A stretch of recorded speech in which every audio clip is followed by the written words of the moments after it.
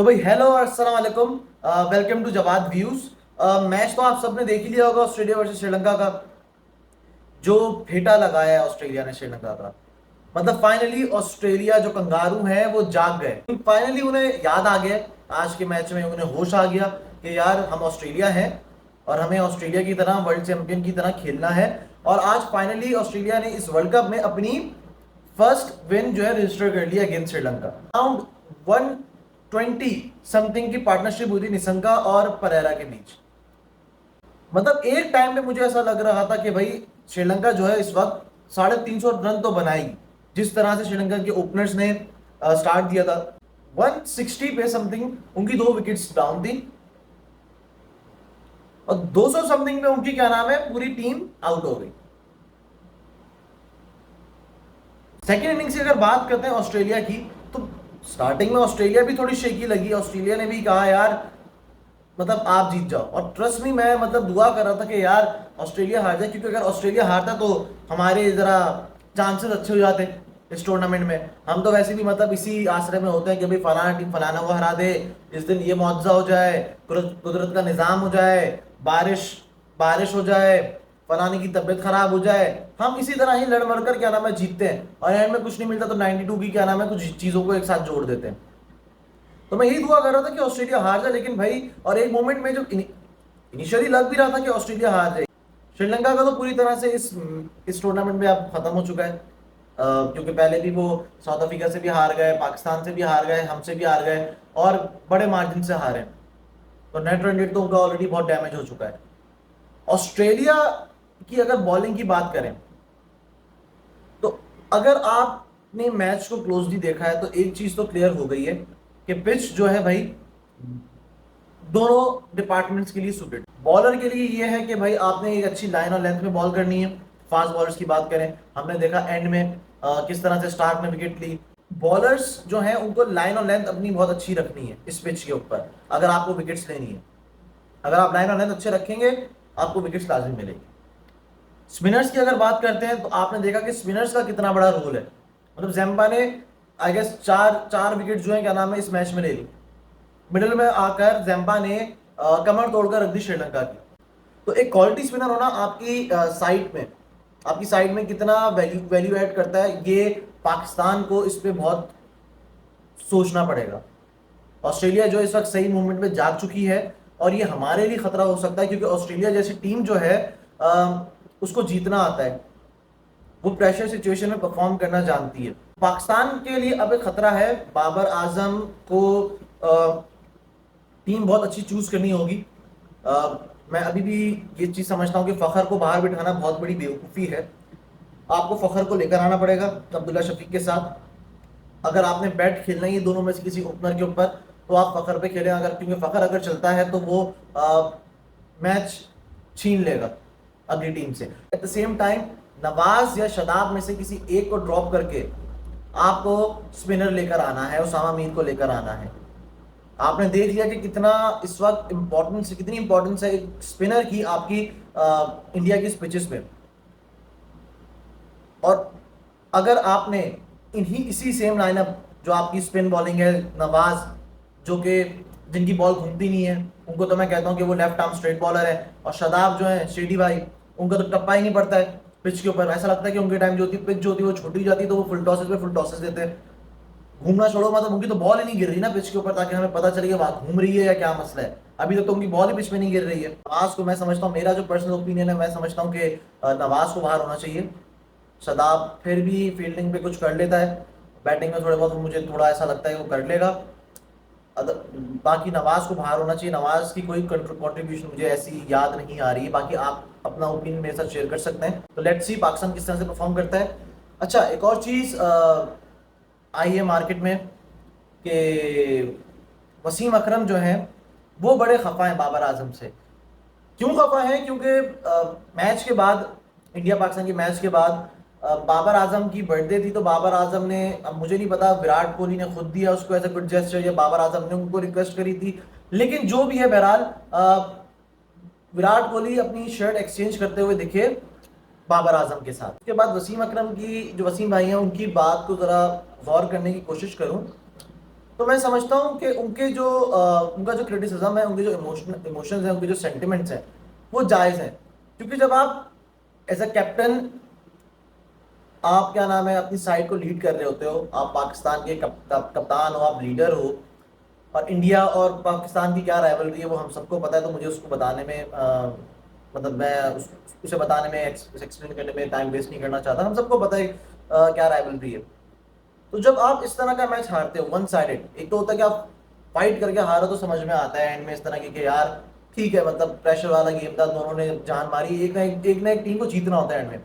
लेकिन जिस तरह आप हारे और जो आपकी परफॉर्मेंस चल रही है एशिया कप से, आपको ये चीज भी सोचनी चाहिए कि आप रिप्रेजेंट कर रहे हो अपनी कंट्री को। जो अवाम है, जो क्राउड है, जो नेशन है, पूरा पाकिस्तानी लोग, जो फैंस हैं, जो अपना पूरा पूरा दिन टीवी के आगे बैठे हुए होते हैं सिर्फ आपको देखने के लिए, जिनकी वजह से आप हैं, जिस मुल्क की वजह से आप हैं, जब आप इस तरह हार रहे हो तो आपको थोड़ा इस चीज़ का ख्याल रखना चाहिए कि यार आपके एक्शन सिर्फ अब आपके एक्शंस नहीं, आप पब्लिक फिगर हो और आपके साथ लोगों के इमोशंस जुड़े हैं। तो जिस बुरी तरह से आप हारे, और वो जब पूरा एक जो गिफ्ट एक्सचेंज करने का विराट कोहली की तरफ से बाबर आजम के साथ हुआ, उससे लोगों को ये लगा, और लगना भी चाहिए, कि आपको अफसोस नहीं था इस बुरी हार का। आप मैच से पहले ले लेते, समझ में आता। आपको लेना था तो आप ड्रेसिंग रूम में जाकर ले लेते। मतलब ये दुनिया के आगे ग्राउंड में इस तरह से करने से क्या मिला? और तो कोई इतनी बड़ी बात नहीं है कि इसके ऊपर कंट्रोवर्सी बन जाए, या इतना बड़ा क्रिटिसिज्म होना चाहिए। लेकिन समझ में आता है कि भाई बड़ी डिफीट है, और जिस तरह से डिफीट आपको मिली है, तो ये बाबर को बर्दाश्त करना पड़ेगा। और सिर्फ इतना ही नहीं, शोएब मलिक ने भी कह दिया कि भाई बाबर से कैप्टनसी नहीं होती है, बाबर आजम को कैप्टनसी से उसको छोड़ देना चाहिए कैप्टनसी, और शाहिन शाह अफरीदी को कैप्टन बना देना चाहिए। अच्छा, अब इस बात से मैं एग्री नहीं करता। आप मुझे अपना ओपिनियन जरूर बता सकते हैं, जैसा मैंने कहा। लेकिन मैं इससे इसलिए एग्री नहीं करता कि यार पहले तो एक तो आपकी टीम जो है वो इस वक्त वर्ल्ड कप में खेल रही है, ऑलरेडी वो इंडिया में है, आपका कोई फैन नहीं है, कोई सपोर्ट नहीं है, ठीक है, ऑलरेडी उनकी वो नीचे लगी हुई है, वो इंडिया में इस वक्त है। आपका जो भी ओपिनियन है, लेकिन आपको अगर वो ओपिनियन शेयर करना है तो ये अभी इस वक्त राइट टाइम नहीं था, क्योंकि आपकी टीम इस वक्त वहां पे है। आप खुद एक क्रिकेटर हैं, आपको खुद को पता है कि किस तरह से चीजें होती हैं, आपने खुद उस सिचुएशन में, हम सबसे बेहतर, मैंने नहीं क्रिकेट खेली तो मैं फिर भी रिलेट कर सकता हूँ। आपको भी रिलेट करना चाहिए कि यार ये अभी राइट टाइम नहीं था ये सारी चीजें बोलने का। जका अशरफ का इस तरह से बयान आ रहा है, फिर शोएब मलिक का इस तरह से बयान आया, और सिर्फ ये नहीं, मतलब जो उन्होंने दूसरा ऑप्शन दिया शाहिन शाह अफरीदी, तो भाई मतलब उनको शायद पता नहीं है, लेकिन जो उनके ससुर हैं शाहिद अफरीदी, उन्होंने क्लियर वर्ड्स में बोल दिया कि भाई मैं इस चीज को मानता हूं कि अफरीदी को, शाहिन शाह अफरीदी को कैप्टनसी नहीं देनी चाहिए। और सिर्फ उनकी बात नहीं है, शाहिद शाह अफरीदी का अपना डिसीजन होगा। और क्यों उनको कैप्टनसी नहीं देनी चाहिए? एक तो हम, आपको पता है हमारा कल्चर, रोटेशन तो हमसे होती नहीं है, रेस्ट तो हमारे कोई प्लेयर करता नहीं है। एक बार टीम में आ गया तो बस उसने जब तक खेलना है, जब तक वो बिस्तर पे ना आ जाए, या जब तक उसे कोई इंजरी ना हो जाए, वो बाहर नहीं होगा, रेस्ट वो कर नहीं सकता।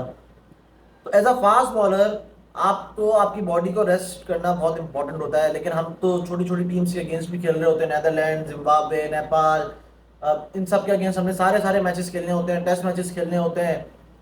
तो एज अ फास्ट बॉलर आपकी बॉडी इतना लंबा पे सस्टेन नहीं कर सकती, आप इंजरी आपको हो जाती है।